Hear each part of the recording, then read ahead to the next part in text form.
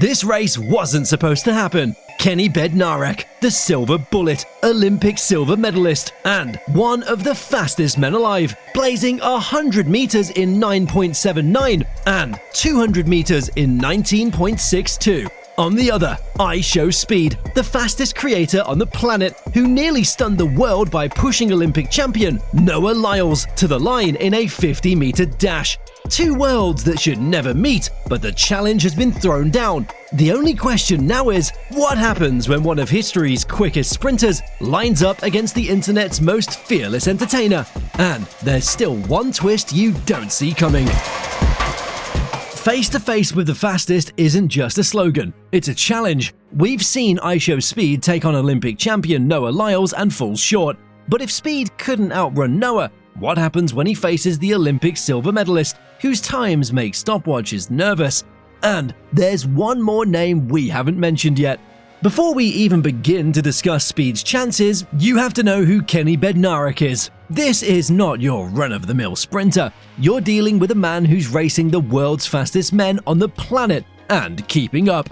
He grew up in Rice Lake, Wisconsin. Adopted boy, Kenny didn't just grow up fast, more like he lived fast. He was already breaking state track records before most kids even knew how to parallel park. By high school, he wasn't just winning, he was destroying fields, running a 20.43 in the 200 meters, the fastest high school time in all of America in 2018. But the wild thing is, track wasn't even his sole sport. He was running touchdowns playing football, burning defenses as a receiver, and taking state championships in both sports. The guy was basically a cheat code in cleats. When college recruiters started phoning, Kenny's academic obstacles pushed him to Indian Hills Community College. Sounds like a sidetrack, right? Not so fast. That's where he let loose one of the fastest double performances in history, timed at 19.82 in the 200 meters and a 44.73 in the 400 on the same day. Only one other human in all of history has ever accomplished that, and that was Kenny, the youngest and sole American to have done so. That was when Nike called, and the silver bullet became pro. From there, medal upon medal, silver at the Tokyo Olympics with 19.68, Diamond League champion, 12 sub-20 attempts in one season, and just last year, 9.79 seconds in the 100 meters, tied with Noah Lyles and Maurice Green as the sixth fastest American of all time. That's why this matters to Speed. Kenny isn't just fast in the 200, he's great in the 100. That is, he has explosive beginnings, daft top speeds, and endurance to keep it up through the finish. Speed's biggest flaw in the Noah Lyles race? His start. In contrast to Kenny, that deficiency gets even worse. Think about it. Kenny is Racer of the Year for the 2025 Grand Slam track season, winning 100 meters and 200 meters titles in succession. He's competed in Olympic finals, he shared a block with legends, and he's outpaced some of them. To him, a race against Speed, that's like a warm-up walk with a crowd and cameras. The question is no longer simply, can Speed beat Kenny? Now it's, can Speed even come close? And if you've been paying attention to Kenny's career, you already know. The clock doesn't discriminate. So, picture this. Kenny Bednarek, fresh off a 9.79 in the 100 meters, standing in his lane. Next to him, not Noah Lyles today, but IShowSpeed. Yes, the same guy who'd already attempted his fortune against Noah and learned the hard way that world-class sprinting doesn't quite work the way running fast works in FIFA celebrations. That was a top! That was a top! And here's the twist, Speed thinks he's learned from the loss. He's been putting in some work, sprints, reaction exercises, and even some starts with a real track coach. No leaning back off the blocks for him, no stumbling by 30 meters, he's all business. But here's the thing, you can't train for years of sprint mechanics in a few weeks.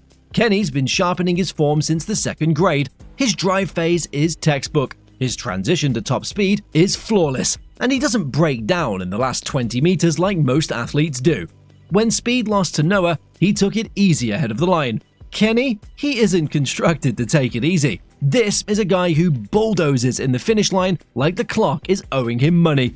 Imagine the audience is split. Half of them are Speed fans who just want chaos, maybe a false start, maybe a photo finish. maybe Speed tripping over his own ego. The other half, hardcore track fans who know exactly how this works, and they're already placing bets. Okay, let's talk about raw numbers for a second. Speed's unofficial PR in a racing setting, the mid-12s in 100 meters. Kenny's 9.79. That's over 20 meters different, which, in the sprint, is the difference between crossing the line and still being halfway through your step when your guy's already slowing down. But it's not so much about raw speed, it's about the moment. Speed has a way of making everything he does feel like an event. The walkout, pure WWE energy. The pre-race trash talk, non-stop. Kenny, on the other hand, is silent. He doesn't need to speak, his spikes do the speaking. Kenny isn't just a 100 guy, he's world-class at 200 meters. That means he can carry Speed off the bend and finish like a train. 19.62 on the world stage, 19.59 at trials, and a history of stacking sub-20s like playlists. Speed's advantage? Popularity, hype, and the guts to line up. But Speed endurance is a different monster. Lactate tolerance, rhythm on the curve, and relaxation when your legs feel like batteries on 1%. Kenny's resume is pressure-tested. Olympic finals, World Championship finals, pro circuits, Grand Slam track wins. He runs fast when it matters, not just in a time trial. That matters. The brain runs the body. Championship composure keeps the engine clean. Speed thrives on showmanship, pressure lights, memes, and moments. That's real pressure too, just not the kind that lowers 100-meter times. On paper, this isn't close. Kenny Bednarek is a 9.7 guy in the 100 and a 19.6 guy in the 200, one of the fastest Americans ever. Speed is a fearless entertainer with a legit pop for a non-pro, but sprinting at Kenny's level is physics, physiology, and thousands of reps baked into muscle memory. Could Speed improve with serious coaching? Sure. Could he bridge a pro-level gap? That's a different sport entirely. This isn't a recap of a race that happened, it's a what-if. The only sprint we've actually seen from Speed against an elite runner was his 50-meter showdown with Olympic champion Noah Lyles. Shortened from 100 meters at Speed's request, packed with Mr. Beast production, and ending with Noah edging him out before donating the $100,000 prize to charity. Now, imagine if it wasn't Noah in those blocks, but Kenny Bednarek, the guy who battled nose-to-nose with Noah at the top of the sport, clocking 9.79 for the 100 meters and 19.62 for the 200 meters. If Noah was a mountain for Speed to climb, Kenny's another peak of the same height, just different slopes to navigate. We observed Speed's starting technique from the Noah race, quick pop-up out of the stance, high energy level, and already moving eyes forward. Against Noah, it kept it in range for the first 15 to 20 meters, but Kenny? Accuracy is his middle name. 0.14 seconds reaction time. All early strides low and powerful. Pistoning arms, no unnecessary motion. That kind of economy, it has him building distance before most amateur sprinters have even found their second stride. This is where Kenny's raw power takes over. From blocks to 30 meters, his acceleration pattern is textbook. Every step longer, more forceful, and precisely where it needs to be to keep force pushing into the track. Speed's 50 meters with Noah showed he can stay competitive in this phase, but his drive phase pops up early. Against Kenny, those few milliseconds of lost projection would translate into a full strides difference by 30 meters. Kenny is airborne at 30 meters. This is the zone where world-class sprinters pass each other, not merely hold. His rate and stride length are evenly paced, with hips upright and every touchdown on the ball of the foot with electric recoil. Speed's biggest strength is raw adrenaline and turnover, but without decades of max speed drills, you can't hold form at this speed. Even if this hypothetical race were only 50 meters, Kenny's maximum speed stage would be shorter and faster. If this hypothetical race were a 100 meter, this is where the biggest gap would emerge. Kenny is a 200 meter specialist. He can keep close to top speed as other athletes tire, shoulders relaxed, breathing steady, knees pushing high even as the lactic burn comes. Speed in the Noah race never went through this phase. 50 meters was done before he got tired. Having Kenny for more than 100 meters, every step from 60 meters would be an energy he's never had to maintain at maximum speed.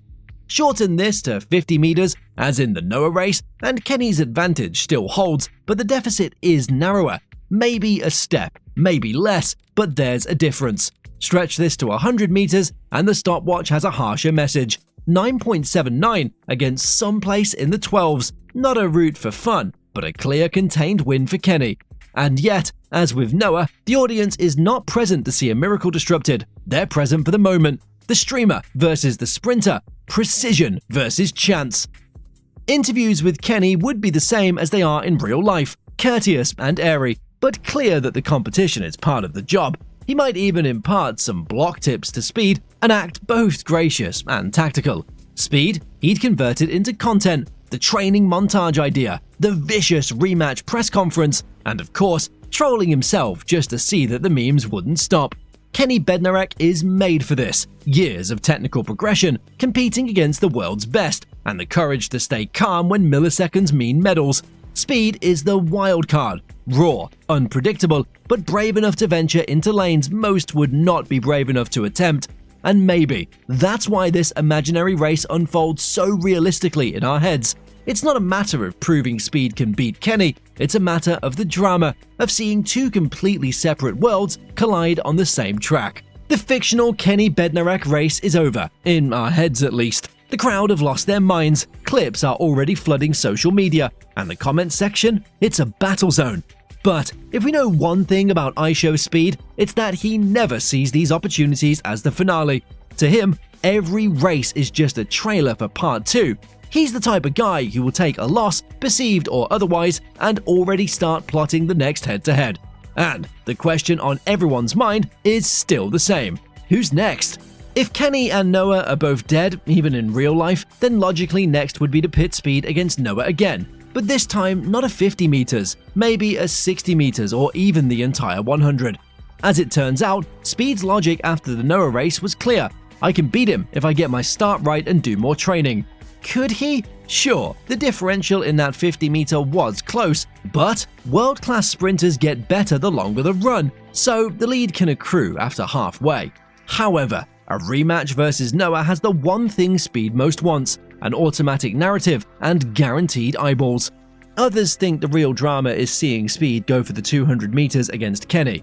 It's not just twice as far, it's a whole different race. The stagger starts on the curve, the need to pace the first 100 while still sprinting, and the ruthless back straight push when your legs are wailing. Kenny adores it here. He ran more sub-2200 meter races in a year than the average sprinter will in his entire career. For Speed, it's a completely unfamiliar challenge, but one that could enable fans to observe something new from him. Not just explosive, but sustained. And then there's the wildcard class races. Not for medals, but for mayhem. Think about the NFL's cheater, Tyreek Hill, sprinting 60 yards, or a man versus machine sprint at 60 miles per hour against the Tesla Model 3. These fights are not equitable battles, but they're impossible to resist. They attract crossover audiences, NFL people, car guys, and tech vloggers, and that's the kind of crossover pandemonium that keeps Speed's brand going. But the most intriguing possibility? The Road to 11 Seconds story.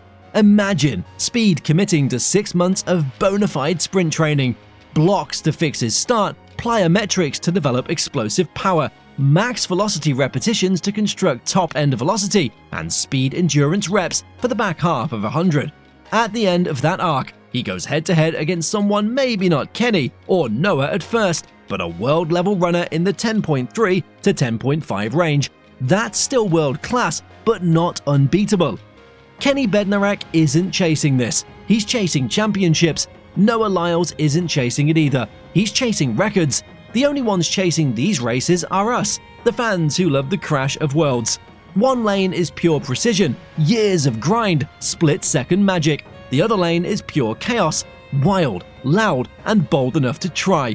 When they meet on the track, whether it's Kenny, Noah, Tyreek, or even a Tesla, you're provided with something of value, a sprint that's not just about speed, but about story. So, would Speed ever take Kenny? On paper, unlikely, but will he try? Yes, and that's why people will watch. Because track and field takes more than fast times, it takes moments that make the average fan jump out of their seat and take notice. And Speed, win or lose, offers these moments every time. Whether it's a Noah rematch, a Kenny curve test, or a race against the cheater himself, one thing's certain: the next time IShowSpeed lines up against anyone world-class, you'll want a front row seat. And that's the magic of Kenny versus Speed. Maybe it's real one day, maybe it stays in our heads forever, but if it happens, you'll want to see every step. Because, in the end, it's not just about who's fastest, it's about who's fearless enough to get in the blocks. If you want to see more wild what-if matchups, breakdowns, and behind-the-scenes stories, make sure you hit that subscribe button, turn on the bell, and join us for the next race, real or imagined.